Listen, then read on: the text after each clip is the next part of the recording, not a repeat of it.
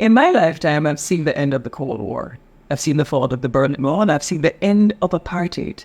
I also saw the signing of the Oslo Accord between then Israeli Prime Minister Yitzhak Rabin and the head of the Palestinian Liberation Organization, Yasser Arafat. I've seen capitalism being introduced into China and is alive and well. I've seen also the shift of global owners of capital from the West to Asia and to India. And I've seen other things too.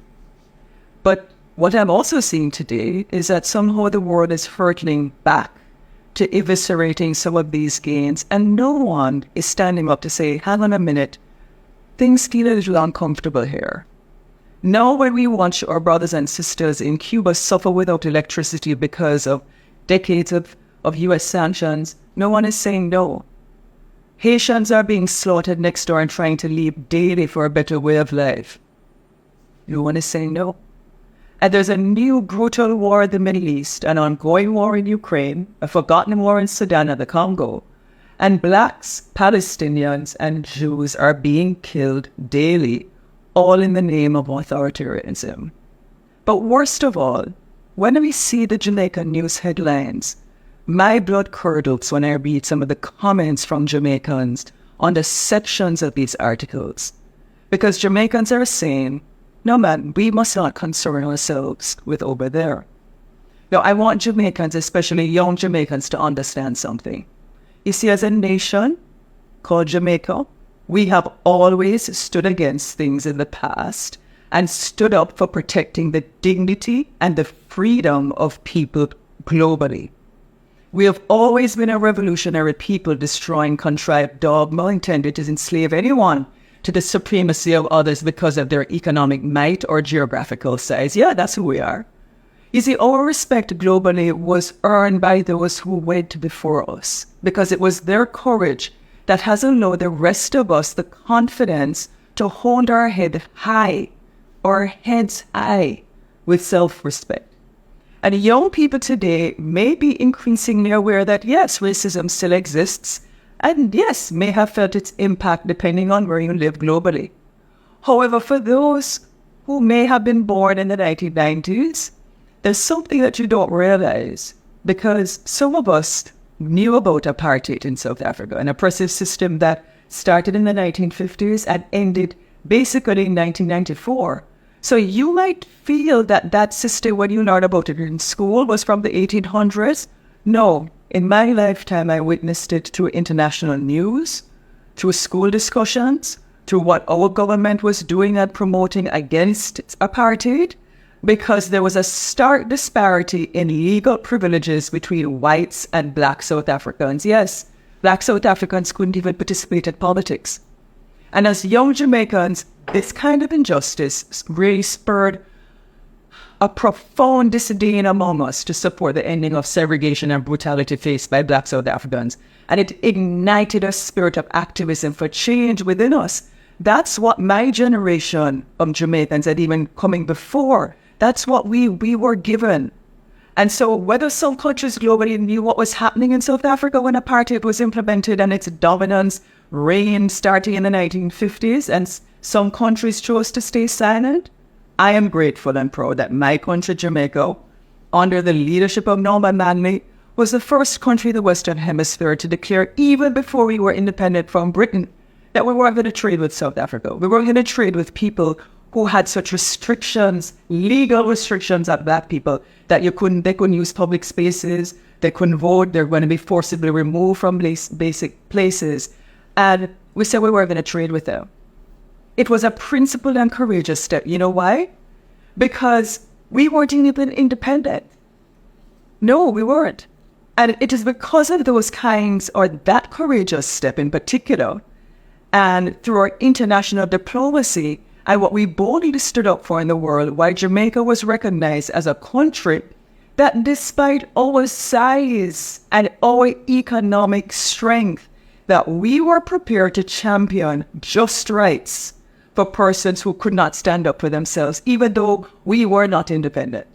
And it is perhaps why when Jomo Kenyatta was arrested in 1952 by the British, who did he call to represent him and co-head the legal defense team? It was Jamaican Pan-Africanist Ambassador Dudley Thompson. And Jomo Kenyatta went on to become the president of Kenya. Yeah, that's the history. That's the history of who Jamaica is. And so in the 1970s, when Michael Manley declared that, guess what? We were going to trade openly and establish South-South cooperation with Africa and other countries like Brazil and like India. And we were going to have a new economic world order with countries that looked like us, with similar kinds of people. You know what happened? Henry Kissinger, Secretary of State at the time for the United States, visited Jamaica in 1976 and said, look, Manley, stay out of Africa. We didn't. And moreover, when it was detrimental for our own survival in the West to establish diplomatic relations with Cuba and China, we did. And so that's why when Cuba asked Jamaica if they could fuel their planes on our island to help the people of Angola fight for their own democracy, Jamaica said yes. And it is because of this kind of dedicated purpose to recognize the dignity within our fellow men and women across the world, despite their race, their class, their money, revolutionized the way the world saw other people in those countries. It was these principled approaches by Jamaica that led people worldwide to respect us. Because Jamaica has always been seen as a beacon for human rights, justice, political freedom, and equality in human affairs. We're not going to tell you how to run your political life, but we're going to tell you that we don't agree with how you're treating the people. And this is why when Nelson Mandela was freed from prison, and even before he was president of South Africa, in 1994, because I attended that inauguration in South Africa, you want to know the two countries that he visited first? It was Jamaica and Cuba when he was released.